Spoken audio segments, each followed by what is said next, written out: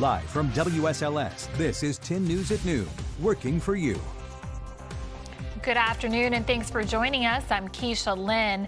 A family is grieving after a Roanoke teen was shot and killed in Myrtle Beach over the weekend. 10 News reporter Amy Cochran shares what we know. It was here along the beach access on 16th Avenue North that the shooting happened.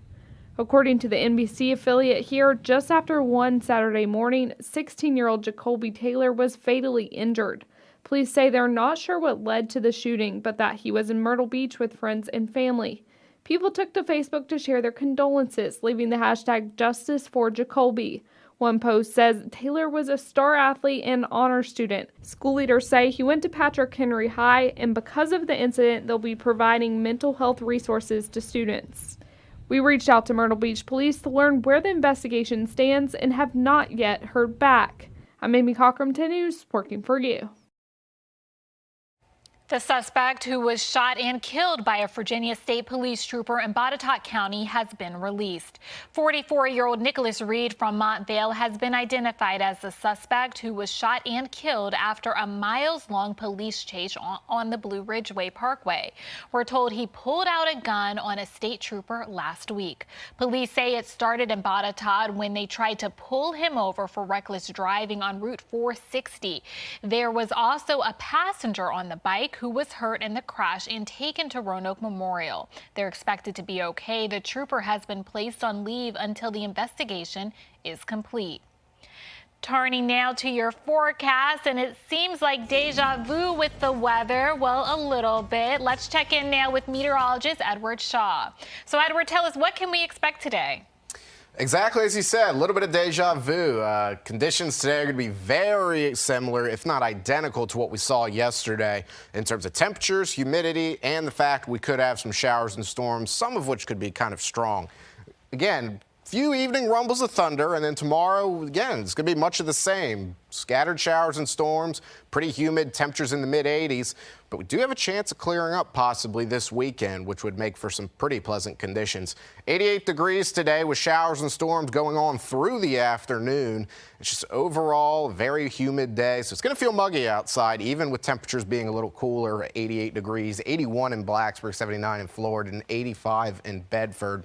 So overall, that's going to be the story. The combination of the heat and humidity is going to fuel the chance for showers and storms developing later on in the afternoon and evening, and then maybe a few overnight rumbles of thunder here and there as well, just as we start to look at rain chances increasing. So you can see with your 7-day forecast, we do have showers and storms throughout the week, but we clear up by this weekend. I'll get to that coming up. New at noon, U.S. Secret Service Director Kimberly Cheadle announces she's resigning. This comes after many lawmakers called for her to step down after the attempted assassination of former President Donald Trump. Just yesterday, Cheadle faced questions from both parties over the Secret Service's failures to protect Trump. House Speaker Mike Johnson and Minority Leader Hakeem Jeffries have officially announced a bipartisan task force to investigate the Trump assassination attempt. Supporters are rallying around Vice President Kamala Harris as the favorite for the Democratic presidential nomination. And for the first time, President Biden is speaking out about leaving the race and passing the torch as Republicans pivot their focus. NBC's Bree Jackson has more. After a major political shakeup, Vice President Kamala Harris is reintroducing herself, meeting with staff at what's now her presidential campaign headquarters in Delaware. And it is my intention to go out and earn this nomination and to win. President Biden, isolating in Rehoboth Beach after testing positive for COVID, called into the campaign. I want you to know, I won't be on the ticket, but I'm still going to be fully engaged. Following Biden's exit from the race and endorsement of Harris, top Democrats are coalescing around the 59-year-old. She is well equipped to prosecute, I'm going to emphasize, to prosecute the case against Donald Trump. The Trump-Vance ticket is ramping up its criticism of the former prosecutor, putting the blame directly on Harris for the Biden administration's challenges at the U.S. southern border. Kamala Harris is America's border czar. And how's our border doing, ladies and gentlemen? While questions remain about the Democratic Party's ticket, including a potential running mate, Harris's run for president is energizing donors, raising $81 million in just 24 hours. But some Americans say they still want to know more about the candidate. She might be a little bit harder to beat because there isn't any mud on her that I've heard about. What can she do for our economy? What can she do, again, in those aspects that I feel like Trump maybe kind of aligns more, I guess is my thought. Harris is seeking to make her case on the campaign trail. In Washington, Bree Jackson, NBC News. And with the nomination nearly locked in, questions are swirling over who the vice presidential nominee will be. Among the contenders are the Democratic governors of some key battleground states that will be so critical in the November election. Right now, a lot of names are being thrown around, and it's all strategic. Most analysts are speculating Harris will go for a younger choice that would reinforce the message of ushering in a new generation. Some names being tossed around include current or former governors Andy Beshear of Kentucky, Roy Cooper of North Carolina, and Josh Shapiro of Pennsylvania. Meanwhile, Virginia Senator Tim Kaine says now the clock is ticking to decide. I've been through the vice presidential vetting process twice, and it normally takes about 2 months. We don't have 2 months. It has to happen a lot faster. Senator Kaine says the decision for Joe Biden to not seek re-election was not because of his current performance as president. Hundreds of people packed Radford University to see GOP vice presidential nominee J.D. Vance appear at his first solo rally. 10 News reporter Connor Dietrich has a breakdown of the day. In only his second solo rally since becoming Trump's vice presidential pick, Ohio Senator J.D. Vance walked out to hundreds of people chanting his name at Radford University's Dedman Center. When Vance accepted the nomination for vice president, he was expecting to take on current vice president Kamala Harris. But everything changed Sunday when news broke of President Biden dropping out of the race, and Harris taking the lead to become the Democrats' nomination for president. Don't give her a chance to run away from the Biden record. The Biden record is the Kamala Harris record, and given what we know about Joe Biden, Kamala Harris probably did a lot more than Joe Biden does. Vance touched on the talking points most Republicans have in this election cycle: inflation, the border crisis, energy supply. Before becoming a senator, Vance was critical of former President Trump while campaigning, but he had a change of heart following Trump's presidency. He recounted the failed assassination attempt on Trump during his speech. I saw the President Trump the media doesn't want you to see when he took an assassin's bullet, stood up a minute later, raised his fist in the air and said, "Fight, fight, fight." Much of Vance's speech would come back to Vice President Harris, even mentioning his disgust for comments made about him. You know, she said a couple of days ago that I showed no loyalty to the United States, that I have no loyalty to the United States. Well, you know, I don't know Kamala. I served in the United States Marine Corps, and I built a business. What the hell have you done other than collect a government check for the past 20 years? For Vance, it always comes back to home and growing up in Appalachia. I will fight. President Trump will fight. We will fight every single day to restore an America that works for you, for your children, and for your grandchildren. Connor Dietrich, 10 News, working for you.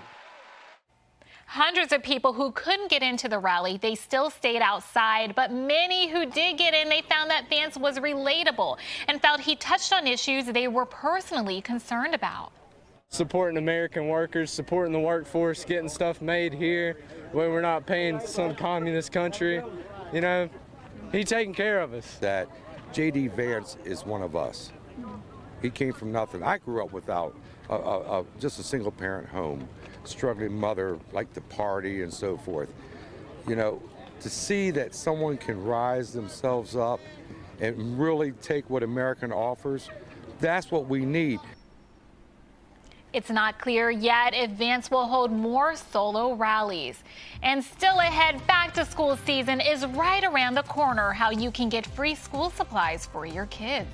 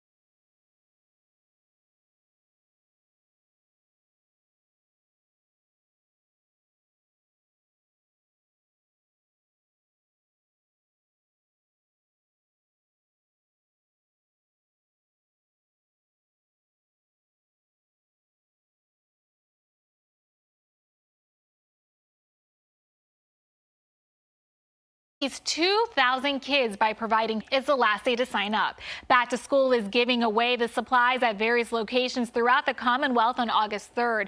Some of the sites include the Uptown Ministry Center Community Fellowship and First Baptist Church Ridgeway.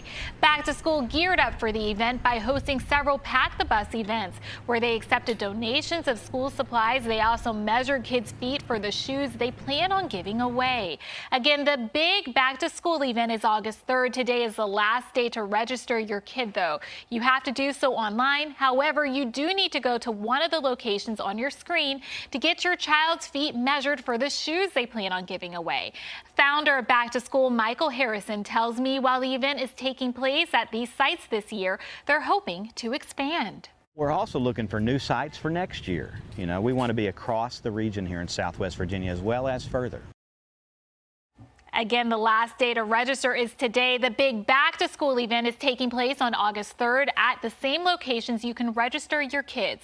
Not only are they providing free school supplies, but some places are even providing clothing and even free haircuts. There's also an event for special needs kids on August 2nd at the Community Fellowship. We have a complete list of locations and the addresses online now on our website at WSLS.com. Well, a new study today found a link between the prediction of two major health problems, what the study found, and how it works after the break. And coming up, a few rolling clouds currently over the area. Those are going to feel a few potentially strong storms and quite a few downpours. I'll cover that with your full forecast coming up.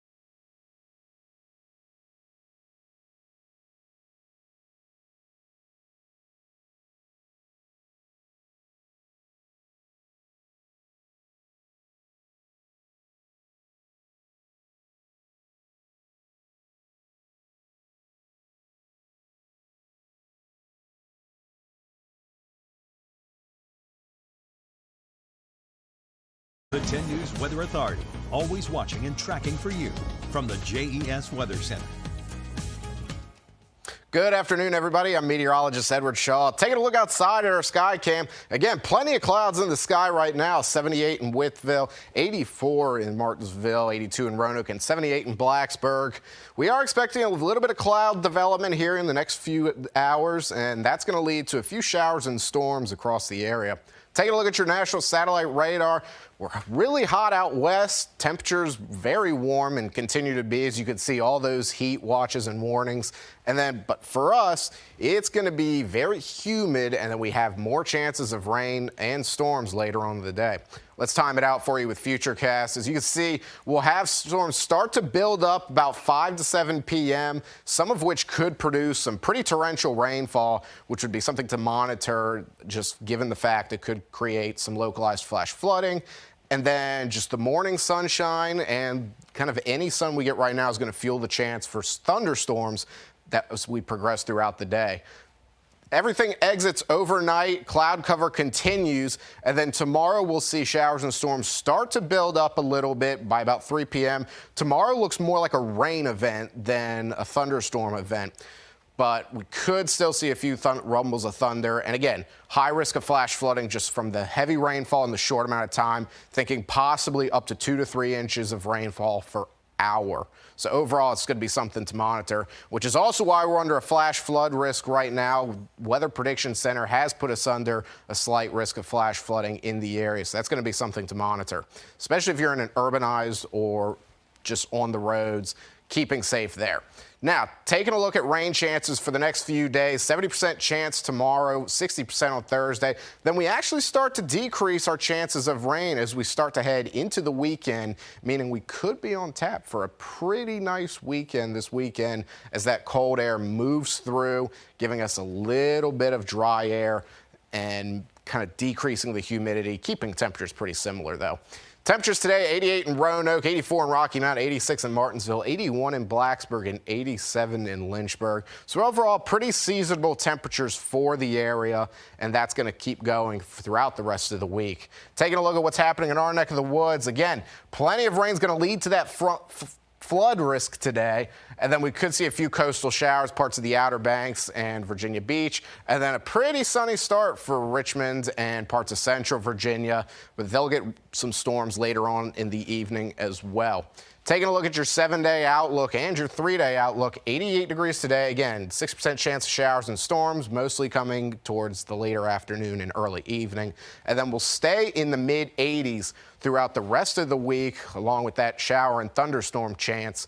And then we very quickly dry up this weekend, meaning it could be a nice weekend ahead. Just overall, Keshia, it could be pretty good. Okay, well, that's good to hear. And I will say with all of this rain, you know, I've been feeling like it's not as humid. It's a little bit cooler, so that's good as well. Absolutely. And this weekend, if that cold front comes through, drier air, it'll feel much better. Okay, well, thank you. Thanks for letting us know. And switching gears on your Health Watch today, a new study suggests there might be a link between predicting dementia risk and predicting depression. In December, scientists announced a 21-point brain care score, which assesses dementia or stroke risk without medical procedures. The score helps patients and doctors identify beneficial lifestyle changes, but the study's authors say the score could predict the chances of developing depression later in life. The score takes into account 12 health-related factors, including physical, lifestyle, social, and emotional. The study was published today in a journal called Frontiers of Psychiatry. In your Health Watch, extreme heat can be dangerous for anyone, but pregnant women are especially vulnerable. Exposure to high temperatures can not only harm them, but can also lead to complications with pregnancy. Mandy Gaither talks to an OBGYN about what to know during a heat wave. Extreme heat and pregnancy. It's not just uncomfortable, but also potentially dangerous. Pregnant women are at increased risk of heat exhaustion and heat stroke due to the fact that there's a lot of physiologic changes that causes differences in blood flow in their bodies.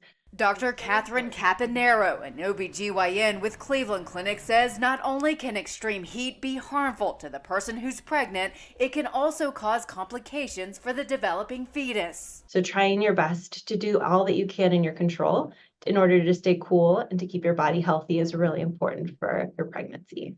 To stay safe in the heat, Caponero says try to stay inside during the hottest times of the day. If you do go out, wear light-colored clothing in layers to help keep you as cool as possible. Check the air quality index. Breathing polluted air can cause harm to pregnant people. And finally, stay hydrated. Caponero recommends consuming between 8 and 12 glasses of water a day. A lot of pregnant women can't tolerate straight water, so sometimes flavoring that with fruits or even a splash of juice can be really helpful. Since you know your body best, Caponero says if something doesn't feel right in the summer heat, talk to a doctor. Making sure that you are watching yourself, taking care of yourself, and listening to your body is one of the best things that you can do as a pregnant patient. I'm Mandy Gaither. Coming up, an All-American personality is set to get the Olympic Games started later this week. Stick around.